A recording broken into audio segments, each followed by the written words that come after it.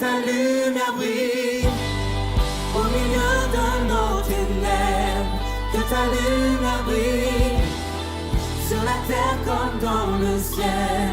Lorsque ta voix retentit, toute l'obscurité s'enfuit, que ta lumière brille.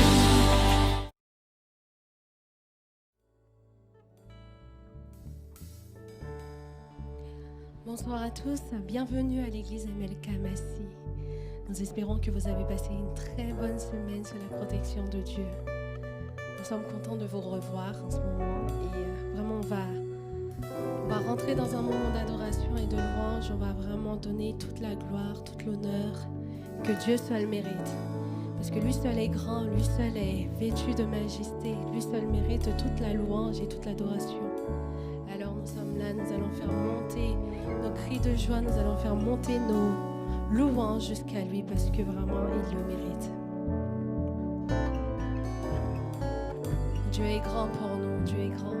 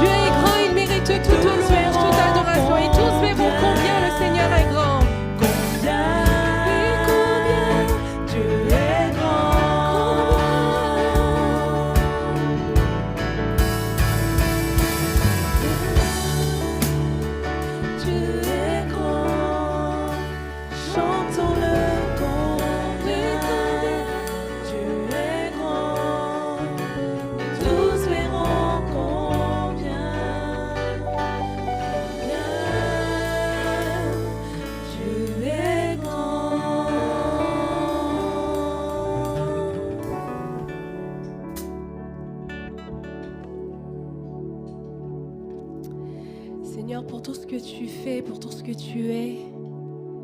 Seigneur, reçois ma louange, reçois mon adoration. Tant que je respire, Seigneur, je veux célébrer ton nom. Tant que je vis, Seigneur, je veux te louer, je veux danser de joie devant toi parce que tu es merveilleux, parce que tu es celui qui a créé le ciel et la terre, parce que tu es l'alpha et l'oméga, parce que, Seigneur, toute notre louange te revient. Alors à toi la gloire, à toi l'honneur, à toi la majesté, Seigneur. Reçois nos louanges, reçois notre adoration.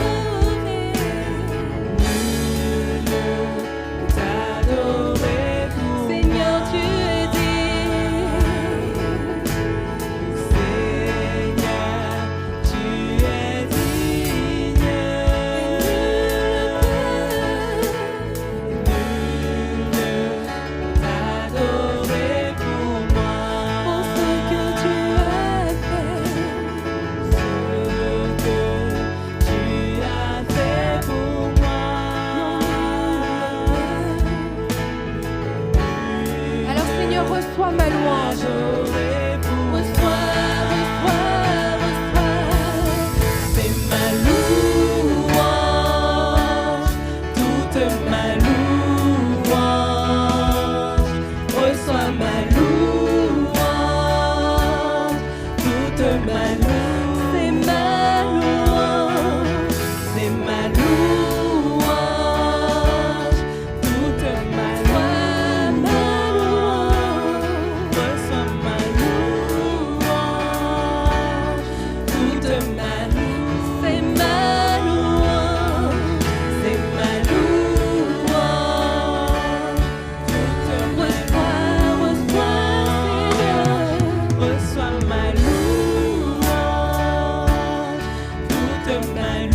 c'est ma louange.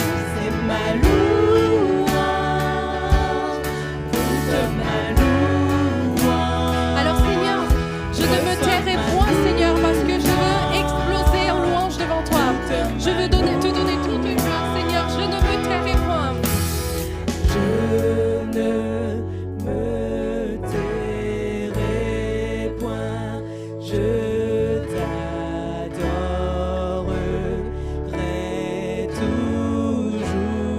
que je respire, Seigneur. Et tant que je respire,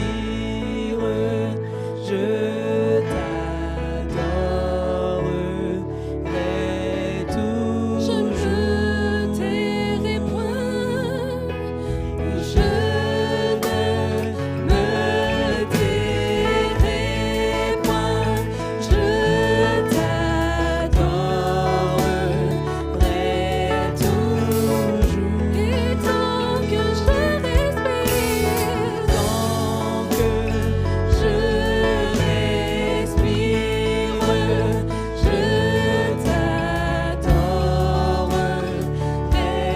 toujours. je ne me tairai pas, Seigneur, je ne me tairai point. Je ne me tairai point. Je t'adorerai toujours. Et tant que j'ai la vie, Tant que je respire, je t'adorerai toujours. reçois ma louange, Papa. C'est ma louange, reçois ma louange, reçois ma louange, toute ma louange, C'est ma louange. c'est ma louange, toute ma louange, reçois ma louange, toute ma louange. C'est ma louange. C'est ma louange, Reçois, Seigneur, toute ma toute louange, ma louange. reçois ma Reçois, louange, Seigneur. toute ma Les fruits de mes lèvres pour toi, Papa, c'est ma louange. c'est ma louange, toute ma louange, reçois ma louange, toute ma louange. Seigneur, tu es digne.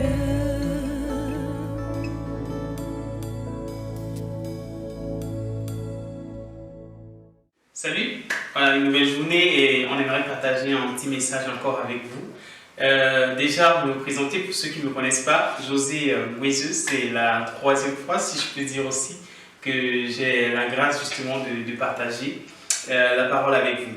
Alors le thème que je voudrais qu'on aborde aujourd'hui, c'est le prince de paix est toujours là. On va lire donc dans Luc au chapitre 10, versets 38 à 42. Et là il est écrit: comme Jésus était en chemin avec les disciples, il entra dans un village. Et une femme nommée Marthe le reçut dans sa maison.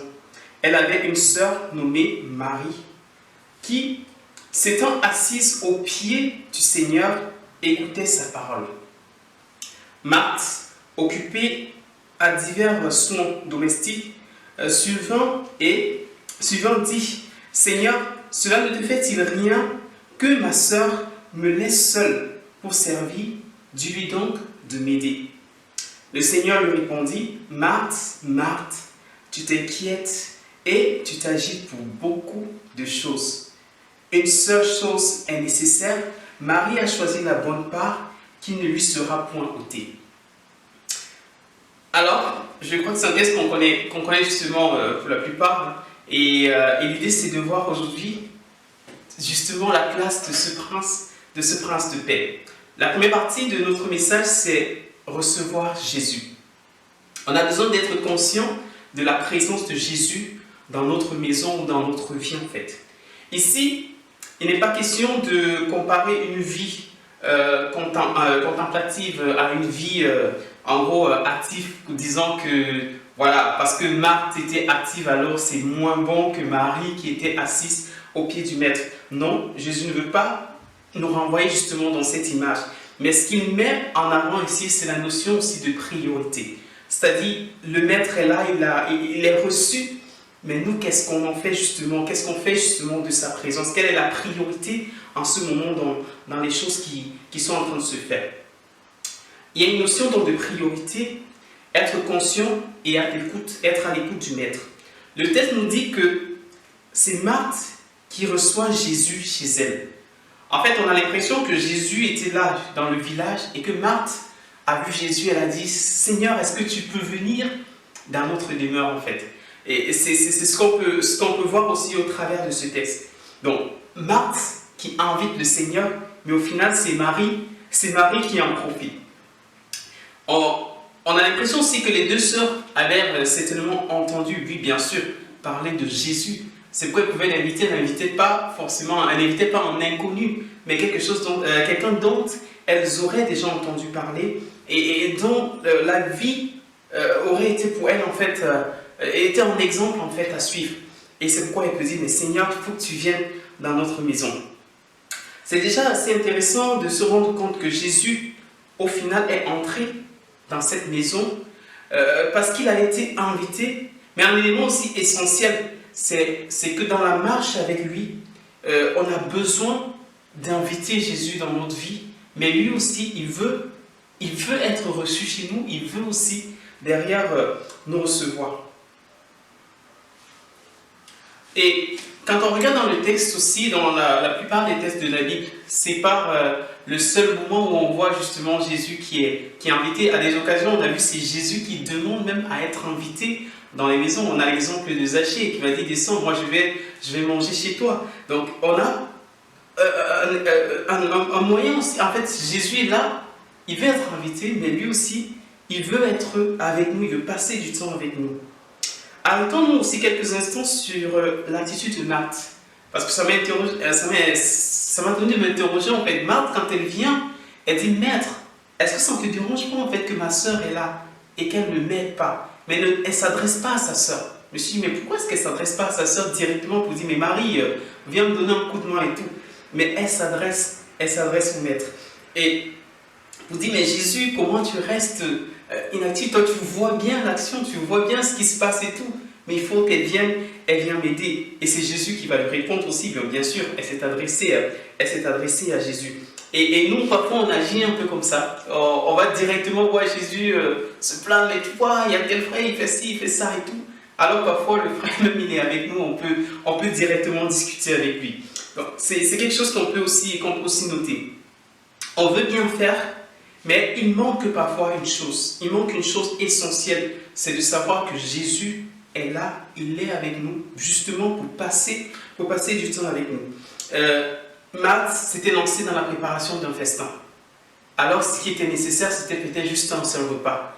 Et profiter justement de la présence de Jésus. Elle voulait faire bien, elle voulait faire grand. C'est sûr, c'est pas mauvais en soi. On reçoit tous des gens et on a tendance à vouloir justement leur faire plaisir. Et c'était le cas de Marthe.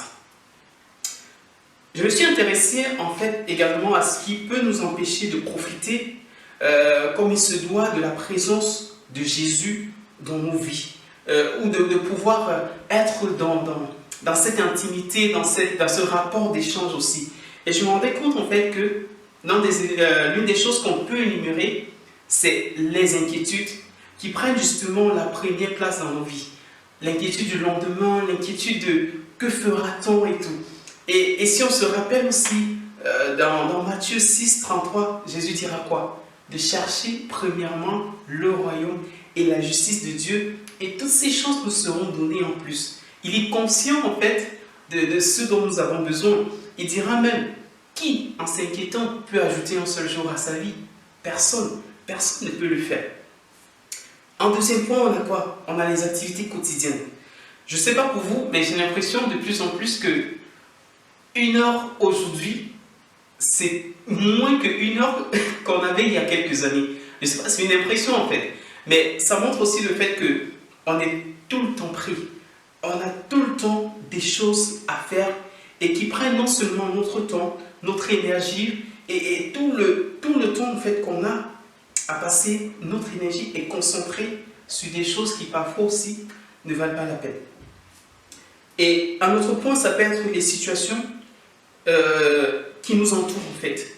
Et je faisais encore le constat, c'est que la présence aussi du confinement cette période nous a donné parfois de recentrer un peu les choses. Pour dire, mais en fait, quelles sont les priorités aussi? Parce que on a l'impression qu'on nous avait privés de tout ce qui nous entoure, tout ce qui est comme activité et tout, au point où on réussissait un peu à centrer les choses pour dire, voilà la place de la famille, voilà la place des amis, voilà la place de Dieu, voilà le temps, quel est le temps que je consacre justement dans l'échange avec mon Dieu.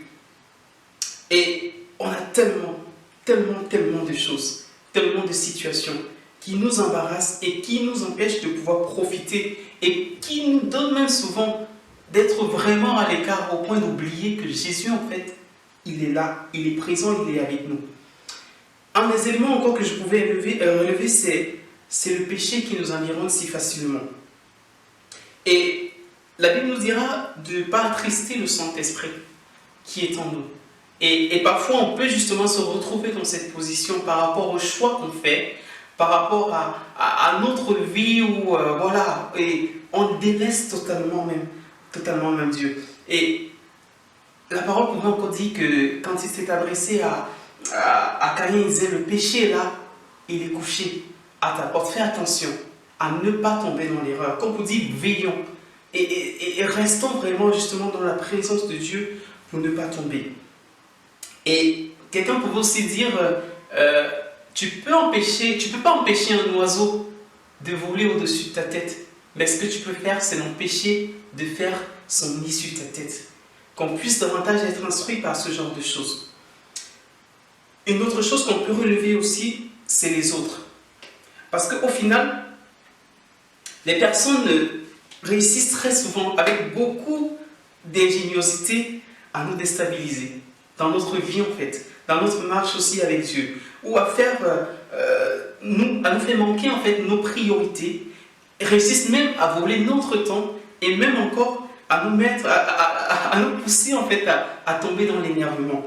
Et là on se dit waouh, on est passé un peu à côté de l'essentiel parce qu'au final la manière avec laquelle on répond à ces situations n'est pas forcément la bonne. Et un autre élément que je pourrais relever encore, c'est nous-mêmes. Nous-mêmes, on reste souvent comme étant des barrières. Barrières dans ces moments que Dieu veut passer avec nous, ou parce qu'on fait des choix qui ne sont pas forcément les bons. On réussit à ne pas donner le temps qu'on doit donner à Dieu. Soit la paresse, soit la fatigue, soit toutes les excuses qu'on peut trouver en fait. Il y en a tellement. Mais Dieu veut encore attirer notre attention sur le fait que le Maître est là. Le Prince de paix, il est là, il est chez nous. 1 Corinthiens 6, verset 19 dira, « Ne savez-vous pas que votre corps est le temple du Saint-Esprit ?» Jésus était dans la maison de Marthe et Marie. Aujourd'hui aussi, il fait sa demeure en nous. Parce qu'il peut habiter dans une maison faite de main d'homme, mais dans celle que Dieu lui-même a formée, Dieu lui-même a fabriquée. Et là, dans ce projet, il avait justement prévu être là en nous. Et c'est simplement ce qu'il attend de nous. Notre corps est le temple du Saint-Esprit. Et s'il était question pour nous d'appuyer un peu sur pause, d'aller à la montagne comme Jésus pouvait le faire, il pouvait aller là parce qu'il avait besoin d'être ressourcé, de passer du temps avec son Père dans cette communion. Et c'est ça qui était aussi sa force, qui lui permettait d'affronter en fait toutes les situations qui pouvaient se présenter à lui et d'en être vainqueur. Vous connaissez certainement cette histoire justement d'un jeune garçon qui était dans un vol, et il se trouve que pendant ce vol, il y a eu toute la panique. La panique en fait s'est installée parce que il y avait la tempête et l'avion était vraiment en secousse. Tout le monde criait et était apeuré parce qu'on se disait on va vivre le crash. C'est bon, ça y est, c'est fini, on va tous mourir. Et le petit garçon n'était pas du tout troublé, il était tranquille, dans la paix. Et une hôtesse est venue vers lui et lui a dit, mais comment se fait-il que tout le monde est en panique, en peur, mais toi, tu n'as aucune variation, tu es en paix. Et là, il va leur dire, mais en fait, je ne m'inquiète pas parce que mon père est le pilote de cet avion. Et parce qu'il sait que je suis dans cet avion finira par atterrir. C'est ce qui s'est réellement passé par la suite. Mais Jésus justement nous amène à comprendre en fait qu'il est là. C'est lui qui mène en fait notre vie ici, bien sûr, on lui donne l'occasion de la diriger. Et il veut nous amener encore plus loin. Il veut nous amener plus loin. Alors pourquoi s'inquiéter, pourquoi s'agiter et ne pas avoir l'attitude de ce jeune homme qui va dire « Je n'ai pas à m'inquiéter parce que mon Père est le pilote de cet avion. » Jésus nous fait faire des choses. Et lui-même, et parfois devant ces choses, on n'a même pas l'occasion de laisser Jésus nous parler. On n'a même pas parfois l'occasion de laisser qu'il place un mot. Parce qu'on veut tout gérer, on veut tout diriger. Combien de temps avons-nous ignoré la présence de Jésus dans notre maison? Dans quel coin de la maison l'avons-nous laissé? Et je pense qu'il est intéressant de recentrer les choses pour se dire, mais Jésus en fait, il est là. La deuxième partie de ce message, c'est être reçu par Jésus. Parce que Marthe et Marie avaient reçu Jésus, mais au final, c'est Jésus qui reçoit parce qu'il les entretient. Il entretient Marie. Et Marthe, certainement, va profiter, je ne sais pas trop. Et parce que le texte ne nous dit pas justement quelle a été l'attitude de Marthe après que Jésus lui ait fait la remarque. C'est tellement elle s'est assise aussi auprès du maître pour dire, Seigneur, oui, j'ai besoin de passer du temps aussi avec toi. Ou elle s'est remise dans ses activités, je n'en sais pas plus. Mais ce qui est important, c'est que nous, aujourd'hui, on a la possibilité de savoir la suite qu'on veut donner à cette histoire pour notre part. Qu'on est à bout de la solution qu'on cherche en fait. Et on a l'impression parfois d'être essoufflé. On a tout donné, on a tout fait ce qu'on pouvait. Et là, on cherche un inhalateur pour pouvoir respirer, pour pouvoir... voilà, il faut la dernière carte, le joker, il faut qu'on joue cette carte-là. Et là, on se rappelle, mais en fait, il y a Jésus. Mais il y a Jésus qui est là. Non, Jésus ne veut pas juste être la roue de secours. Il veut être impliqué dans notre vie. Se reposer sur Jésus qui est là, c'est un point essentiel qu'on doit pouvoir garder aussi à l'esprit. Jésus est toujours là. Avant de partir, il promet l'arrivée du Saint-Esprit. Et dans Matthieu 28, verset 20, il dit « Et voici, je serai avec vous tous les jours jusqu'à la fin du monde. » C'est une promesse qu'il a faite. Et parce qu'il fait des promesses et qu'il n'est pas un homme pour mentir, il réalise sa promesse. Ce n'est pas le passé qui est utilisé ici. Ce n'est pas le futur, mais c'est le présent. Je suis. Il se présente. Vous avez vu quand Dieu s'est présenté à Moïse, il a dit je suis celui qui est. Je suis dans le présent, je suis là avec toi. Et c'est ce qu'il veut faire encore avec chacun de nous. Une leçon que nous avons certainement d'en tirer du confinement aussi, et je faisais le parallèle un peu avec Jésus quand il était dans la barque avec les disciples dans Luc au chapitre 8, et qu'ils dormaient et que la tempête s'était abattue. Et ils étaient en panique, ils étaient apeurés, au point d'aller rebeller. Mais Jésus, on va mourir là, il faut que tu fasses quelque chose. Et il s'est levé, il a calmé la tempête. Et il est toujours là, même quand on pense en fait qu'il n'est pas là. Parce que simplement il a gardé le silence. Il est là.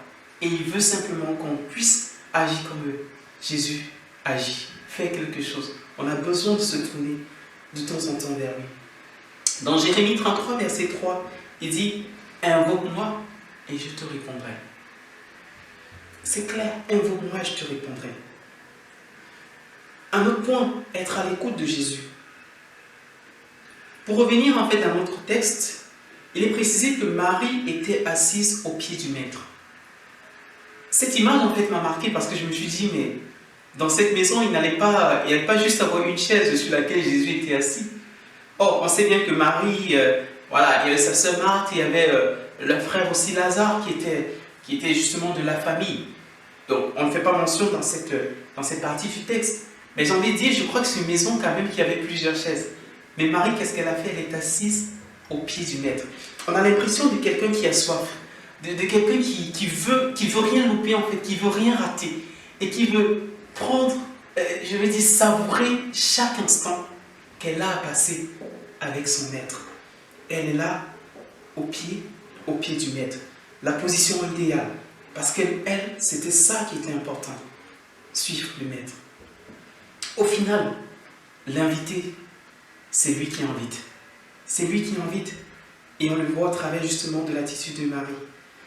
Après la réflexion de Jésus à Marthe, justement, a-t-elle décidé de suivre aussi l'exemple de Marie? Je ne sais pas. Mais nous, on peut décider. Nous sommes toujours conscients de la présence de Jésus en nous. Au milieu de nous, sommes-nous toujours conscients de cela? Et quelle décision allons-nous prendre justement face à cela? Un autre point, fixer notre regard sur l'essentiel. Je ne sais pas pour vous, mais c'est assez impressionnant quand on regarde toujours les écrits de Paul et que, par exemple, dans Philippiens, il va écrire et demander d'être toujours dans la joie. Mais au final, il est en prison quand il demande à des gens d'être dans la joie. Et on voit un Paul qui est là pour encourager, qui encourage les frères, alors que c'est lui qui aurait besoin d'être encouragé. On se demande, mais quelle était sa force? Mais simplement parce qu'il avait fixé son regard sur ce qui était essentiel. Pour lui, il disait, les chaînes, si même ses mains étaient enchaînées, la parole, l'évangile n'était pas enchaîné. Il pouvait toujours prêcher Jésus. Parce que pour lui, être en prison, il y avait un objectif, il y avait un but. Il fallait que des personnes qui sont aussi en prison puissent entendre parler des évangiles et puissent croire. C'était ça aussi. C'était ça aussi le but. Pour lui, courir la bonne course, remporter la victoire, c'était ça son objectif. Et aujourd'hui, il peut être un exemple sur lequel on peut se calquer. Se dire, mais en fait, Seigneur, les situations ne doivent pas m'empêcher de viser l'essentiel et de rester fixé justement sur l'objectif. Un autre point qu'on peut avoir, c'est de vivre la communion, non seulement avec les frères, mais aussi avec Jésus. Être en communauté reste une force pour avancer, car il est doux et agréable pour les frères de demeurer ensemble. Si effectivement nous avons compris ce texte, quand il dit dans Apocalypse 3, verset 20, « Voici, je me tiens à la porte de ton cœur et je frappe. Si quelqu'un entend ma voix et ouvre la porte, j'entrerai chez lui, je souperai avec lui et lui avec moi. » Voilà l'appel. Je suis là, je frappe. Mais je ne veux pas seulement entrer. Parce que je ne suis pas juste un visiteur qui est venu et qui est de passage et tout. Mais Jésus veut faire sa demeure en nous. Il veut souper avec nous. C'est ça le cri de son cœur. Et il veut aussi que nous puissions souper avec lui. Il ne veut pas qu'on soit absent d'esprit alors que notre corps est présent. Non. Mais qu'on soit justement dans cette communion-là. Quand nous regardons dans ce verset, on voit un Jésus qui ne veut pas juste entrer. Il veut faire partie de nos vies. Il veut être impliqué dans ce que nous faisons, dans ce que nous décidons de faire dans nos vies, dans les choix que nous voulons faire. Il veut être là, impliqué, parce que lui, il sait de plus ce qui est meilleur pour chacun d'entre nous. Jésus n'est pas le prince oublié qu'on doit consulter de temps en temps. Non. Il est le prince de paix. Il est le je suis. Il est le je suis. Pourquoi face aux situations, nous faisons comme si Jésus n'était pas là et que nous sommes abandonnés à nous-mêmes? Pourquoi laissons-nous les autres choses ou les autres personnes voler notre temps, notre énergie, notre bonheur et même notre joie lorsqu'il y a plus, alors qu'il y a plus que tout ça? Quand nous lisons aussi dans Matthieu au chapitre 12, un reproche est fait à Jésus lorsqu'il sera avec ses disciples parce qu'ils ont cueilli des épis pour manger parce qu'ils avaient faim le jour du sabbat. Et on va lui faire un reproche, mais tes disciples n'ont pas le droit, ils ne respectent pas le sabbat et tout. Et ce qui va me marquer, c'est la réponse de Jésus quand il va parler, il va prendre l'exemple sur David et tout, et à la fin, il va dire, il y a ici quelqu'un qui est plus grand que le temple. C'est Jésus. Quelqu'un de plus grand est là. Passons pas à côté de l'essentiel. C'est Jésus qui est l'essentiel. Jésus veut nous aider aussi contre nous-mêmes. On le disait encore, nous-mêmes nous pouvons être un frein dans cette communion, dans cette relation avec Dieu. On a parfois du mal à s'arrêter. Et parfois, on peut se donner du mal, on peut se faire du mal au travers de tout ça. Je ne sais pas si vous avez déjà lu le psaume 73. Nous avons un chantre de l'Éternel nommé Asaph qui présente en fait sa plainte à Dieu. Il est tourmenté en lui-même face à la réussite du méchant et son bonheur. Et il va dire quelque chose d'essentiel à la fin. Quel autre ai-je dans le ciel que toi et sur la terre? Et je ne prends plaisir qu'en toi. Je ne prends plaisir qu'en toi. Et ça, c'est une belle image justement qu'on peut voir à la fin de son récit. Comme Marie, qui a fait le bon choix, c'est quoi la bonne part pour nous aujourd'hui? C'est quoi la bonne part? Et je pense que chacun de nous peut répondre à cette question. Avons-nous conscience de qui est réellement Jésus? Avons-nous conscience de qui est réellement Dieu? Je m'interrogeais encore sur un certain nombre de choses. Je me disais, mais imaginons-nous devant Dieu. Les Philistins ont tremblé. Devant Dieu, les Jésusiens aussi. Et plein d'autres peuples encore. La Bible va nous dire. Vous imaginez la mer qui s'ouvre pour qu'un peuple puisse traverser. Qui d'autre peut le faire? Vous vous rappelez de la conquête de la terre promise avec Josué? Comment les murailles sont tombées juste parce qu'ils ont élevé l'Éternel. Ils ont loué l'Éternel. Et Dieu a combattu pour eux. On pourrait imaginer encore plein de choses dans nos propres vies qui sont réalisées simplement à cause de quoi? Du sacrifice de Christ, du sacrifice de Jésus à la croix. Non seulement il nous accorde la vie, mais encore plus, il veut vivre quelque chose de spécial. Jésus souhaite que nous puissions l'inviter, mais que nous prenions aussi du temps avec lui. Plus encore, qu'il veut nous inviter. Il veut nous inviter. Prendre soin de nous, comme il a fait pour Marie, et comme il a souhaité le faire également pour Marthe. Ce Jésus, ce Dieu, il est le même, il ne change pas. Que pouvons-nous dire? Oui, c'est pas facile, il est conscient de ça. Et c'est justement pourquoi il voudrait qu'on puisse encore se reposer sur lui. Il veut souper avec nous. Sommes-nous prêts à souper avec lui? J'aimerais conclure justement en revoyant cette image des disciples. Si on se rappelle un peu, quand Jésus a été cloué à la croix et qu'il est mort et qu'il sentait par là le maître, c'est fini. La panique s'est installée. Ils étaient saisis de peur, ils étaient inquiets, ils ne savaient plus comment faire parce que Jésus n'était plus là. Mais justement, il leur avait promis quoi? Le Saint-Esprit.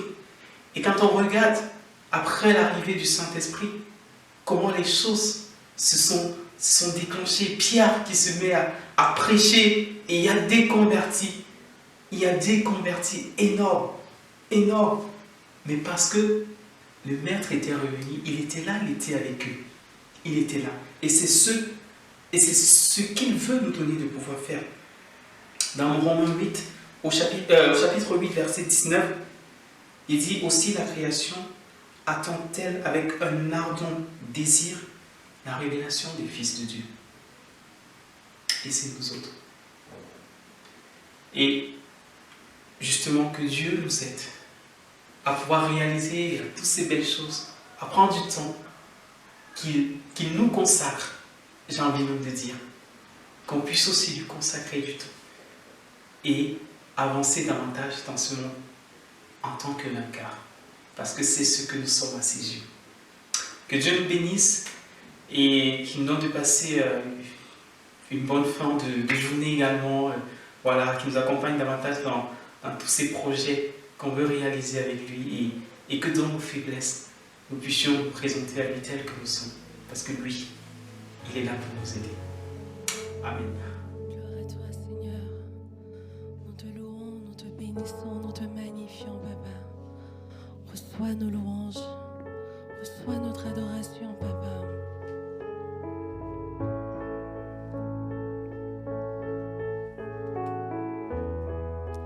Me voici, Papa, devant toi. Je m'abandonne. Je ne veux plus rien garder, Seigneur. Je me livre totalement, Papa. Je te donne le tout, Seigneur. Je ne veux plus rien garder pour moi, Papa. Prends le contrôle, prends la première place, Seigneur. Prends la place qui t'est due dans nos vies, dans notre Église, Seigneur. Prends la place qui t'est due.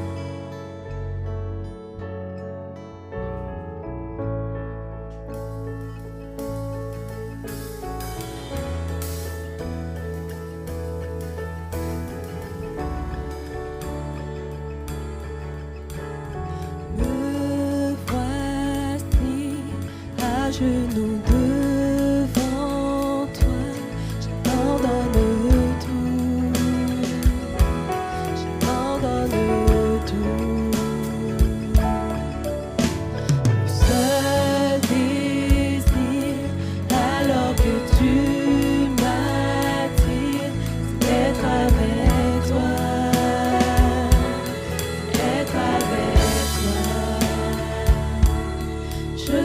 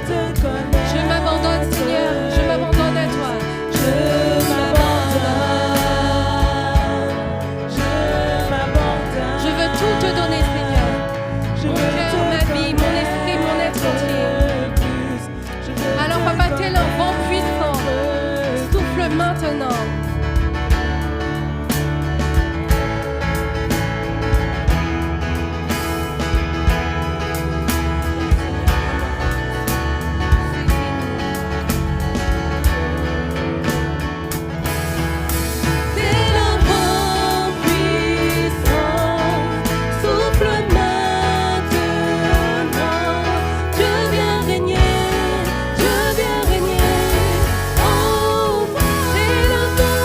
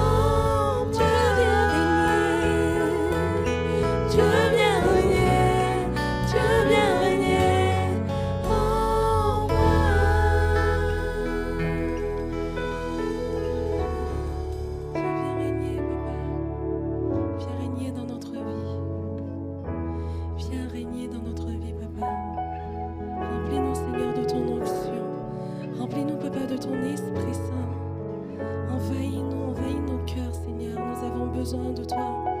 Nous avons besoin que tu nous saisisses. Nous avons besoin vraiment que nos cœurs soient liés à toi.